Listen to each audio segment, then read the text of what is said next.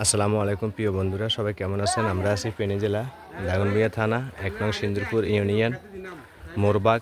এখানকার বন্যার পরিস্থিতি দেখেন, কি পরিমাণ মানুষ, কি পরিমাণ পানি। এখানে এখনও অনেকেরই ঘরবাড়ি এখানে ডুবে আছে। তো আমার প্রিয় ভাইয়েরা এখানে সবার হাতে হাতে খাবার পৌঁছে দিচ্ছে। চতুর্পাশে পানি, একদম সবারই ঘরবাড়ি একদম ডুবে গেছে। দেখেন এখনও প্রচুর পরিমাণে পানি এখানে। এই জন্য যারা খাবারের পাওয়ার যোগ্য, যাদের ঘরে খাবার নেই, তাদের হাতে পৌঁছে দেওয়া হচ্ছে। আমার প্রিয় ভাইয়েরা অনেক কষ্ট করে মানুষের বাড়িতে বাড়িতে খাবার পৌঁছে দিচ্ছে।